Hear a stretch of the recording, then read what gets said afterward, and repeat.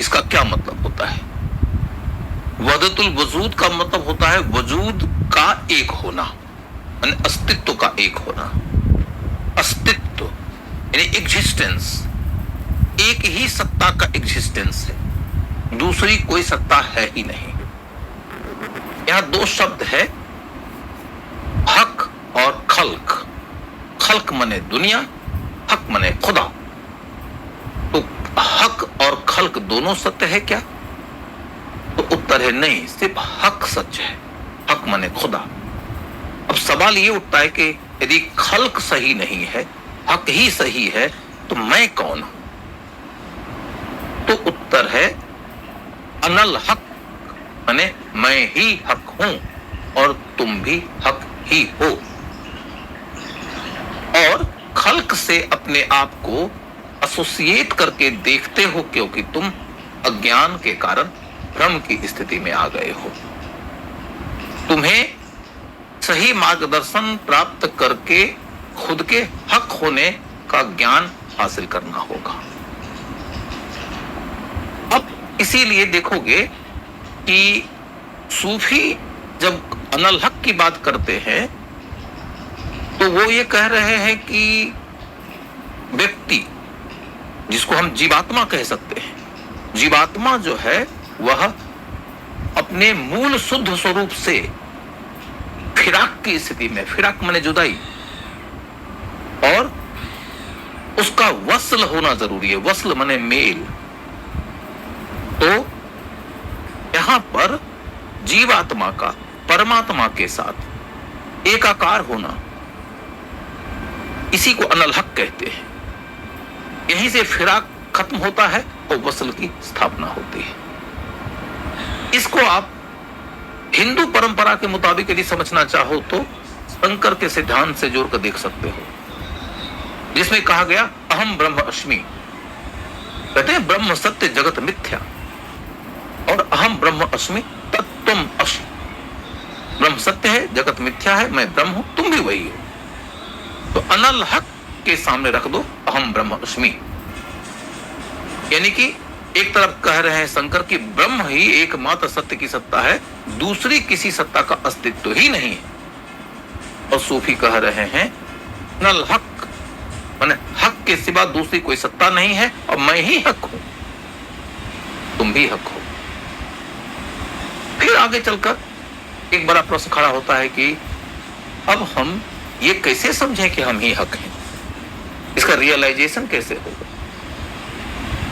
इसके रियलाइजेशन के लिए फिर कई तरह की बातें कही जाती है। एक बात यह कि आपको खानकाह का जीवन जीना पड़ेगा। आप सांसारिक जीवन जब जिएंगे तो इस संसार की माया में, उसके मोह में आप भ्रमित ही रहेंगे। डिस्टिट्यूशन इज द सॉल्यूशन। आपको जाना पड़ेगा खानकाह में, और खानकाह में फिर पीर की परंपरा में पलना पड़ेगा। एक गुरु होगा जो आपका मार्गदर्शन करेगा।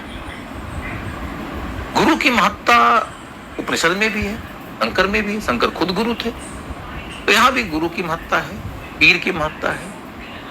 और फिर जब आप खानकाह में जीवन जी रहे हैं तो उस जीवन के जीवन यापन का क्या तरीका है? सबसे पहली बात तो समर्पण, अपने हित का, अपने अहम का, अपने ईर्ष्या, अपने द्वेष, सभी उन मानवीय भावनाओं और विकारों का समर्पण, त्याग कर दो सब कुछ। कहते हैं कि मालिक तेरी रजा रहे और तू ही तू रहे, बाकी न मैं रहूं न मेरी आरजू रहे, जब तक जा में जा रगों में लहू रहे, तेरा ही जिक्र हो तेरी जुस्तजू रहे। ये टोटल सरेंडर मांगता है। उसके साथ फिर सेवा की भावना, धैर्य, संयम, इसी को हम मारिफात कहते हैं। इसके साथ आप समा की ओर जाते हैं। समा माने संगीत का आयोजन होता है। आप यदि चिश्तिया के दरगाहों पे जाएंगे तो अभी भी वहां समा का आयोजन प्रायः होता नजर आएगा। खासतौर पर निजामुद्दीन औलिया के दरगाह पर आप यदि जुमेरात दिन जाते हैं, जुमेरात माने बृहस्पतिवार की संध्या, यदि आप उस दिन जाते हैं तो आपको वहां पे अच्छा संगीत का आयोजन मिलेगा। मैं जा चुका हूं, आप भी जा सकते हैं। अब इसके आगे देखोगे कि समा के रास्ते आपको फना का एक बोध होता है। फना मतलब अपने पार्थिव अस्तित्व को भूल जाते हैं और आप अपने मूल अस्तित्व की पहचान की ओर मुड़ जाते हैं। आप जो ये सोचते रहते हैं ना कि मैं फलाना, मैं ढिकाना, मैं करोड़पति, मैं राजा, मैं मंत्री, मैं विधायक, मैं संतरी, मैं तंत्री। इंसान तो कुछ ना हो के भी बहुत कुछ ऐंठन में रहता है, उसको भूल जाते हैं। इसी को फना की अवस्था कहते हैं। जब आप सामान्य अनुभव हासिल करने वाले व्यक्ति होते हैं तो कुछ क्षण के लिए अपने पार्थिव अस्तित्व को भूलते हैं, फिर लौट आते हैं इसी दुनिया में। Oh, I am an IAS officer, मैं तो करोड़पति हूं, मैं उसके सामने झुकूंगा। उसको पता है कि मैं क्या चीज हूं, मैं कौन हूं। फिर आप इसी दुनिया में लौट के आ जाते हैं। लेकिन जो संत हैं, जो औलिया हैं, वो हमेशा के लिए फना की अवस्था में रहते हैं। वो अपने इस पार्थिव दुनिया से अपने आप को डिटैच कर चुके हैं, निवृत्त कर चुके हैं, यदि आप उपनिषद की भाषा में समझो तो। और हम सामान्य लोग प्रवृत्ति मूल में फिर से मुड़ जाते हैं, सांसारिक हो जाते हैं। तो फना की अवस्था जब स्थायित्व प्राप्त कर लेती है, उसी में आप अनलहक की घोषणा कर सकते हैं। मोटे तौर पर देखो तो इसमें इश्क मिजाजी से इश्क हकीकी की एक यात्रा है। मूल यात्रा प्रेम के रास्ते गुजरेगी, ज्ञान के रास्ते नहीं। आपके प्रेम के अनुभवों का सही विवेचन ही आपके पीर करेंगे। और फिर पीर के विवेचन तो आरंभिक होते हैं, अंतिम विवेचन तो आपको खुद ही करना पड़ेगा। और इसीलिए देखोगे कि जो अनलहक की बात करते हैं, आरंभ में वो कुछ और बात कहते नजर आते हैं। आरंभ में कहते हैं कि खुदा 7 समुंदर पार रहने वाली एक सुंदर स्त्री है, यानी बहुत दूर है आपसे और बहुत आकर्षक है, बहुत मुश्किल है उसे पाना। तो उसे पाने के लिए क्या आपको किसी काठ के नाव की जरूरत है, या कि लोहे के नाव की जरूरत है, क्या किसके लिए कोई स्टीम इंजन लगाने की जरूरत है? नहीं, इसका सारा स्टीम इंजन, इसके अंदर के सारा का सारा लकड़ी और सारा का सारा लोहा आपके अंदर ही है, और वह है प्रेम का तत्व, इश्क मिजाजी। इंसान का सबसे शुद्ध स्वरूप, सबसे सुंदर स्वरूप तब उभरता है जब वह प्रेम में होता। और कैसा प्रेम?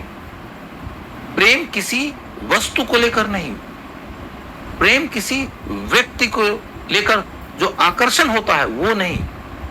पाने की जिद को प्रेम कहते ही नहीं है, खोने के भाव को प्रेम कहते हैं। जहां पाने और खोने का भाव ही खत्म हो जाए,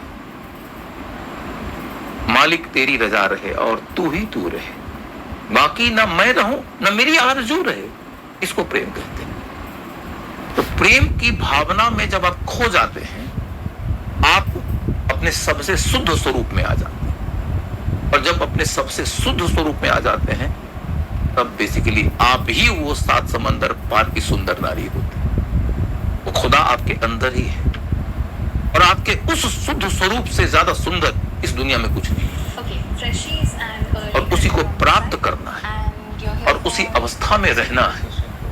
ये आपके लिए ही नहीं, ये लोक के लिए मंगल का रास्ता।